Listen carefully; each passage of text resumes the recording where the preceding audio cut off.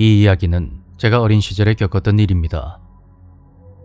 지금으로부터 30여 년 전, 당시 저는 서울 외곽의 한 동네에서 살고 있었습니다. 스마트폰이나 컴퓨터가 없던 그 시절엔 주로 동네 골목에 아이들 여럿이 모여서 술래잡기나 얼음땡 같은 그런 것을 하며 놀았죠. 하루는 동네에서 못 보던 여자아이가 우리가 노는 곳에 나타나 서성거렸습니다. 얼마 전에 슈퍼 뒷집에 누군가 새로 이사를 왔다고 들었는데 아마도 그 집 아이인 것 같았습니다. 그리고 얘, 나랑 같이 놀자. 눈꼬리가 올라간 인상에 곱슬머리를 한 여자아이는 친구들과 다방구를 하고 있는 저에게 같이 놀자며 그렇게 말을 걸었고 전 왠지 모를 위화감에 소름이 돋았습니다. 지금은 상상할 수 없는 일이지만 그때 아이들의 세계에선 불문율이 있었습니다. 그건 바로 남자는 남자끼리, 여자는 여자끼리 어울리는 거였죠. 여자아이들이 모여서 고무줄 놀이를 하면 남자아이들은 슬그머니 다가가서 일부러 고무줄을 끊고 달아나곤 했었으니까요. 그런 분위기 속에서 여자아이가 저에게 먼저 말을 걸었으니 저는 당황해서 어떤 말을 해야 할지 몰라 우물쭈물하고 있었습니다. 저는 어릴 때 다소 내성적인 성격으로 그다지 활발하지 못한 아이였기 때문에 남들의 의견에 묻어가는 경우가 많았습니다. 나? 모르겠는데. 애들한테 물어보고. 그런 제 말에 여자아이는 내심 기대했는지 눈동자를 반짝이며 절 따라왔고 전 아이들이 모이는 곳으로 가서 이렇게 말했습니다. 야, 얘가 우리랑 같이 놀자는데. 뭐? 뭔 소리고? 쟤 가서나다. 꼭 전설의 고향에 나오는 불려우처럼 생겼네. 맞다. 눈이 쭉 찢어진 게 영락없는 불려우네, 불려우.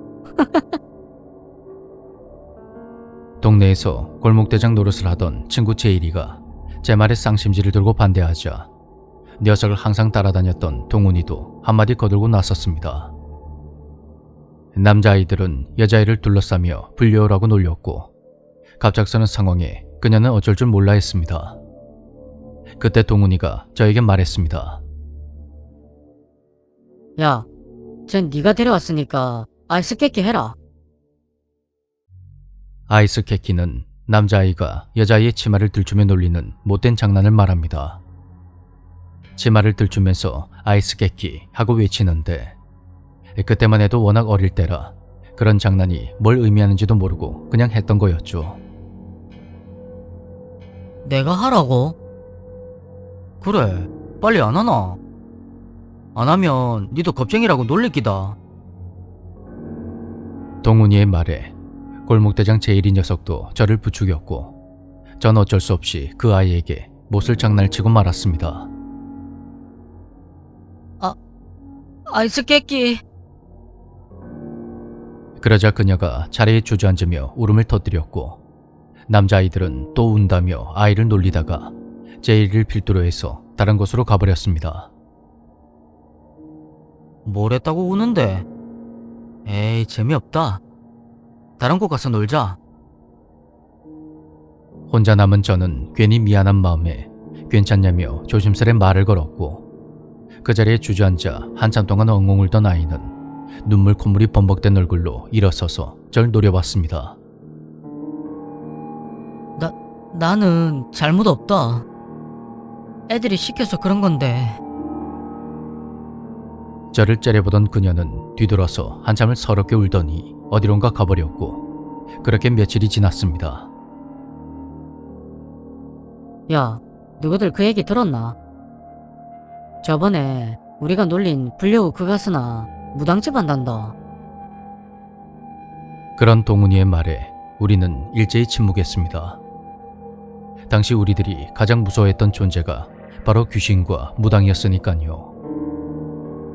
제 기억으로 당시 동네에 교회만큼 흔했던 것이 무당집이었습니다. 어릴 때는 무당이 구판을 벌이는 걸 가끔 구경할 수 있었는데 눈을 까디집으며 작두를 타는 무당은 아이들에게 있어 공포 그 자체였습니다. 우린 괜히 그 여자아이가 무당인 자기 엄마에게 일러서 해코지라도 당할까봐 겁이 났습니다. 저 역시 그녀에게 한 짓이 있었으니 마음이 편치가 않았죠. 며칠 후 친구들과 어울려 놀고 있는데 아이들이 불려오라고 놀렸던 그 아이가 저에게 다가왔습니다. 야, 너 우리 집에 가서 놀자. 제가 아무 말도 못하고 주변을 둘러보자 골목대장 제일이도 항상 나서서 까불던 동훈이도 제 눈을 피해버렸습니다. 내가 얘 데리고 가서 논다. 괜찮지? 그런 그녀의 말에 아이들은 아무 말 없이 슬슬 자리를 피했고 어느새 저와 그 여자애 둘만이 남았습니다. 우리 집 가서 놀자. 내가 맛있는 과자 줄게. 싫어. 뭐? 싫어. 너희 집 안 가. 너희 엄마 무당이잖아. 제가 겨우 목소리를 짜내며 그렇게 말하자 그녀는 말없이 저를 노려보더니 이 말을 남기고 그냥 가버렸습니다. 그래. 마음대로 해. 나중에 아쉬운 소리 하지 마. 저는 내도록 참았던 숨을 거칠게 내쉬며 안도했고 그 길로 집으로 가버렸습니다. 그런데 그날 이후로 집에 안 좋은 일들이 연이어 일어나기 시작했습니다. 아버지는 일을 하다가 2층 높이에서 떨어져 다리가 부러졌고 할머니는 뺑소니 교통사고를 당했습니다. 아버지와 할머니를 간병하던 어머니는 폐렴에 걸려서 입원하게 되었고 외동이었던 저는 결국 집에 홀로 남게 되었습니다. 그때는 초등학교에 다니기 전이라 어머니가 며칠 동안 지방에 있는 친척집에서 지내도록 조치를 취해놨는데 당장 하룻밤은 집에 혼자 있어야 했던 겁니다. 어린 나이라 면역력이 약하니 병원에 있다가 괜히 병균이라도 옮을까봐 집에 있을 수밖에 없었습니다. 저희 집은 마당이 있는 1층짜리 단독주택이었는데 가족들과 함께 있을 때는 그토록 아늑하던 곳이 혼자 있으니까 공포와 두려움의 장소로 변해버렸습니다. 밤이 되자 전 이불을 뒤집어 쓴 채 빨리 잠이 들길 기다렸고 집안에서 들려오는 작은 소음에도 깜짝깜짝 놀랐습니다. 그 시절의 가장 무서운 귀신은 바로 강씨였는데 어디선가 쿵 하는 소음이 들리자 며칠 전 비디오에서 봤던 무시무시한 강씨의 모습이 머릿속을 가득 채웠습니다.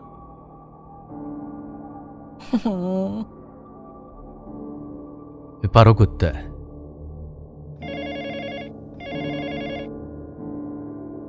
이불 속에서 부들부들 떨고 있는데 거실에 있는 전화기가 울렸고 전 겨우 용기를 내어 거실로 나가서 소화기를 집어들었습니다. 여보세요? 아들, 엄마다. 집에 별일 없지?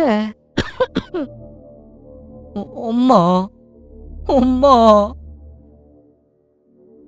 급기야 저는 울음을 터뜨렸고 어머니는 절 달래며 이렇게 말했습니다.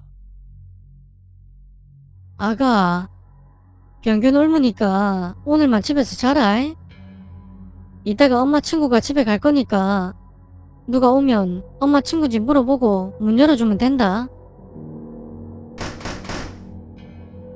어? 엄마, 누가 왔나봐. 엄마 친구야? 여보, 여보,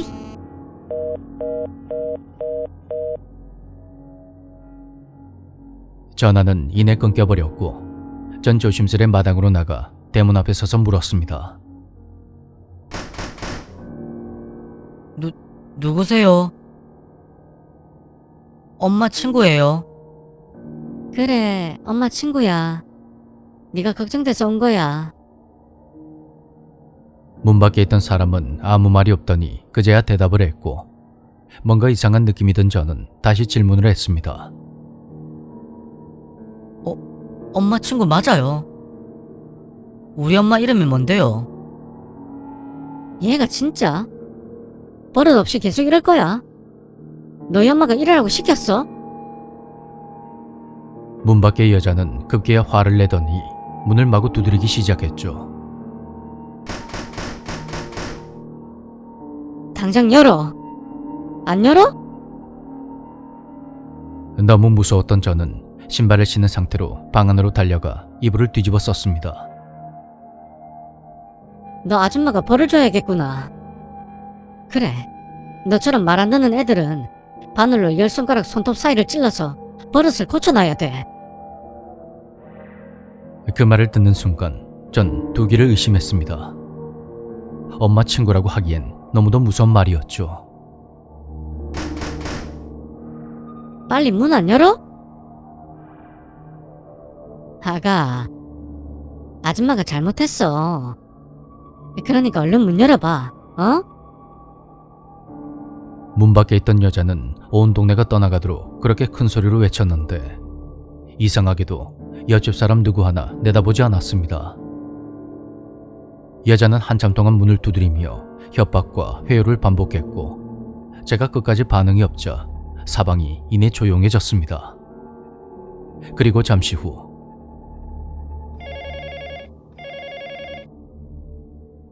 거실에 있는 전화가 울렸고 그것이 아까 끊어진 어머니의 전화라고 생각한 저는 서둘러 거실로 나가서 전화를 받았습니다. 여보세요? 엄마야. 아까 전화가 도중에 끊겨버렸네. 엄마. 너무도 반가운 어머니의 전화에 전 울음을 터뜨렸습니다. 잠깐만. 엄마 친구 바꿔줄게. 엄마. 안녕? 엄마 친구야. 너 아줌마가 문 두드리는데 안 나오더라? 네? 그래서 넌 특별히 바늘이 아닌 불쏘시개로 교육을 시켜줄게. 이번에는 꼭 문 열어줘야 한다. 알았지?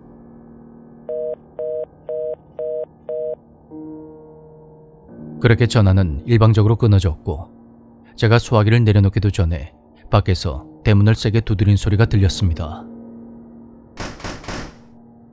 아줌마야. 얼른 문 열어.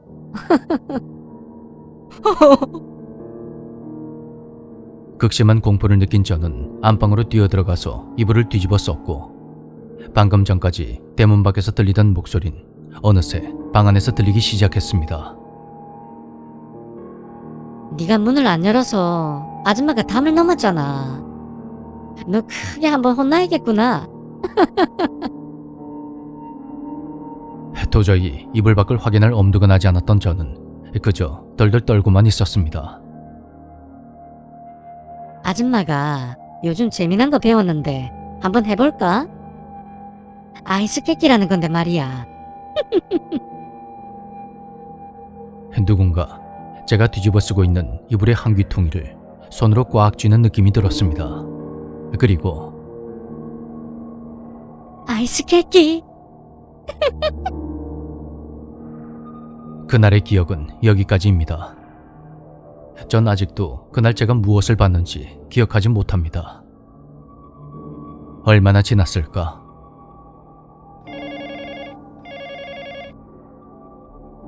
집안에 울려 퍼지는 전화벨 소리에 눈을 떠보니 밖에 어느새 대낮처럼 환하게 밝아 있었습니다. 간밤 일이 생각난 저는 선뜻 전화를 받을 수가 없었고 전화는 2번 정도 끊어졌다가 다시 걸려왔습니다. 여보세요? 너 아직까지 자고 있어? 얘가 지금 시간이 몇 시인데? 엄마? 엄마 맞아? 그래, 엄마지. 아직도 자고 있냐고. 이따가 집에 이모 오기로 했으니까 얼른 씻고 준비해라.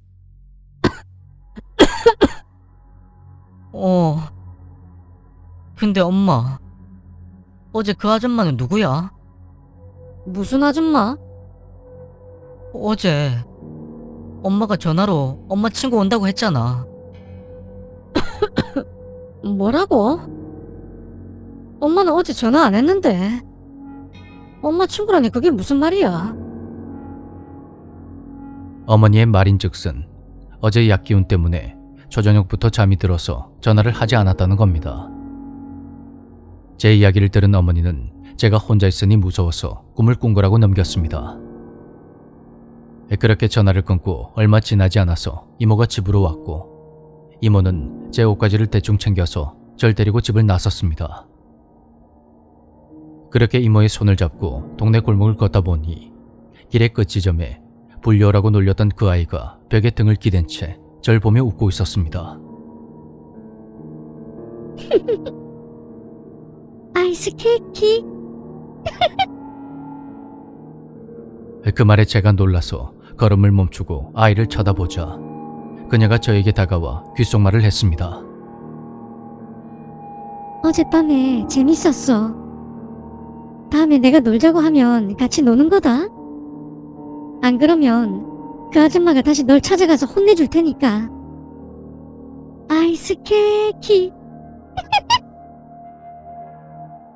그녀는 콧노래를 흥얼거리며 어디론가 가버렸고 전 넋이 나가서 한참을 멍하니 서 있었습니다. 어머니의 병세는 쉽게 나아지지 않았고 전 지방에 있는 이모집에서 한 달 정도를 머물다가 그렇게 집에 돌아올 수가 있었습니다. 그리고 저는 놀라운 소식을 듣게 되었습니다. 친구 동훈이는 자신의 아버지가 운영하는 방앗간에서 기계에 팔이 끼어 절단돼 버렸고 골목대장 제일이는 교통사고로 세상을 떠났다는 겁니다.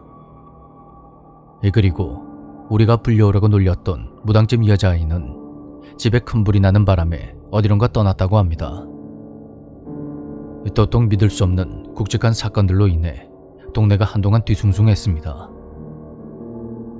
할머니와 아버지는 퇴원 후 무사히 집으로 돌아왔고 몇 달이 지나면서 그 일에 대한 기억도 서서히 희미해져 갔습니다. 하지만 오랜만에 가족이 모두 모인 저녁 식사 자리에서 할머니와 어머니의 대화를 들은 저는 할 말을 잃고 말았습니다. 슈퍼 뒷집에 용하다는 애기 만신집에 불났다며. 아휴. 예. 저도 이번만 안 했으면 한번 가보려고 했는데. 할머니는 제가 듣지 못하도록 낮은 목소리로 어머니에게 속삭였습니다. 근데 그 말이 사실이야. 애기 만신이 사실 애가 아니라 다 큰 처자라며. 생긴 게 워낙 어려 보여서 애들 행세한 거라며.